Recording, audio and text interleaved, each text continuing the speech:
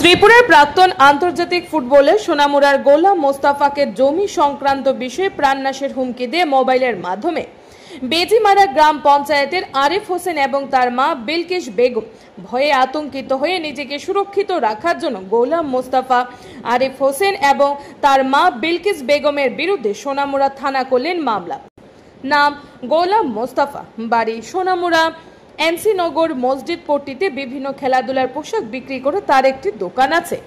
সে সূত্রে সে সোনামুড়া টাউন মসজিদের পেছনে ভাড়া থাকে।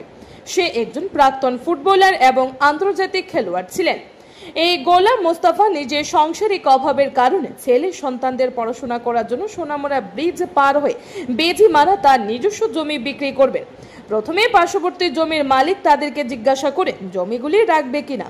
তখন আরিফ হোসেন এবং তার মা বিলকিস বেগম গোলাম মোস্তাফার জমি ক্রয় করার জন্য দামাদামি করছিলেন, কিন্তু তারা জমির মূল্য কম বলাতে গোলাম মোস্তাফা অন্য কারো কাছে বিক্রি করার খবর পেয়ে গতকাল রাতে টেলিফোনের মাধ্যমে আরিফ হোসেন, তার মা বিলকিস বেগম গোলাম মোস্তাফাকে বিভিন্ন ধরনের খারাপ ভাষা প্রয়োগ করে এবং প্রাণনাশের হুমকি দেয়। অবশেষে আজকে গোলাম মোস্তাফা, আরিফ হোসেন এবং তার মা বিলকিস বেগমের বিরুদ্ধে সোনামুড়া থানায় মামলা করেন।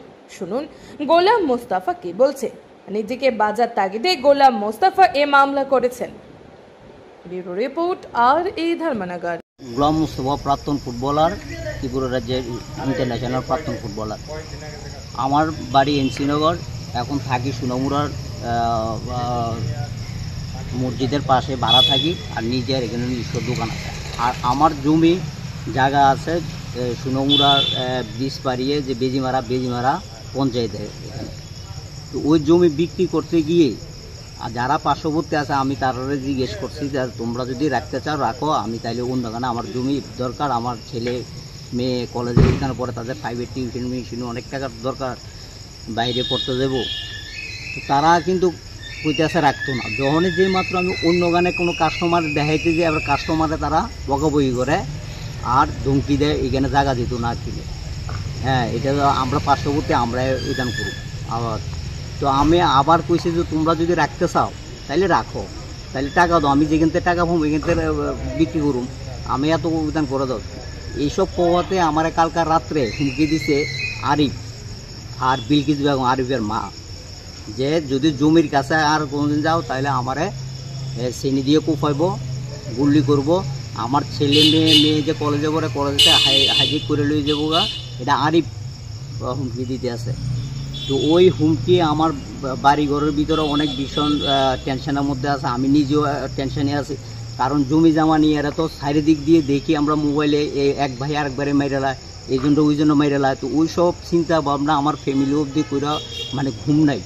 তখন আমি আমার প্রিয় ত্রিপুরা রাজ্যের মানিক শাহ মুখ্যমন্ত্রীর কাছে যা আমি আবেদন করতে আসি যে আমি ফুটবলার হিসাবে ত্রিপুরা রাজ্যে 18 বার আমি ন্যাশনাল করেছি, ত্রিপুরার হয়ে পার্টিসিপেট করেছি অন্য অন্য রাজ্যে, আর লাল বাহাদুর সরুজ সংঘ জুয়েল সব ক্লাবের আমি ক্যাপ্টেন ছিলাম আগরতলায়।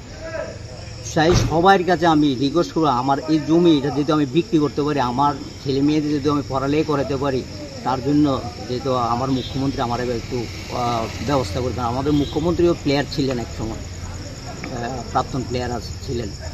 তো আমিও একজন প্রাক্তন প্লেয়ার হিসাবে আমার প্রিয় মুখ্যমন্ত্রীর কাছে আমি আবেদন করতে আছি যে আমার জায়গাটা যেহেতু আমি বিক্রি করতে পারি।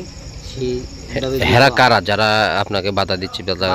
আরিফ হোসেন আর আরিফ হোসেন মানে আপনার জায়গার পাশে ওদের বাড়ি? হ্যাঁ, জায়গার পাশে ওদের বাড়ি। কোন জায়গা? এই যে বেজিমারা বন্যারায়ণ, যেটা মর্গানের পার বলে। মানে হেরা কি হেরা জায়গা রাখবে না বলছে? না, হেরা এখন রাখতো না।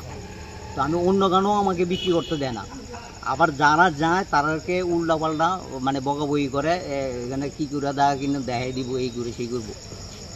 হেরা মানে আপনার কোনো সম্পর্কিত মানুষ কিনা না এমনি ফাঁসের? মানে সম্পর্কিত ভাইয়ের যেহেতু ইদান আছে, ভাইয়ের ছেলে বাতিজা হয়, তো বাতিজার মা তারাই, আর বড় ভাই কিছু এমন কোনো কিছু বলে না, তারাই বড় ভাইকে কথা বলতেই দেয় না, বড় ভাইয়ের বউয়ে আর আরিফে। তো যাই হোক, আমি কথা বলতে আমার কালকে ফোন করে জমির কাছে না যাওয়ার জন্য আমাকে হুমকি দেওয়া হয়, আমার প্রাণে মারা সিদ্ধান্ত নিয়েছে, আমাকে প্রাণে মারবো।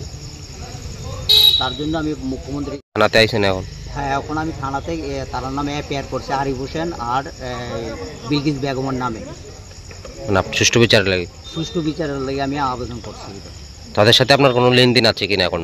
না না, তার সাথে আমার কোনো লেনদেন নেই।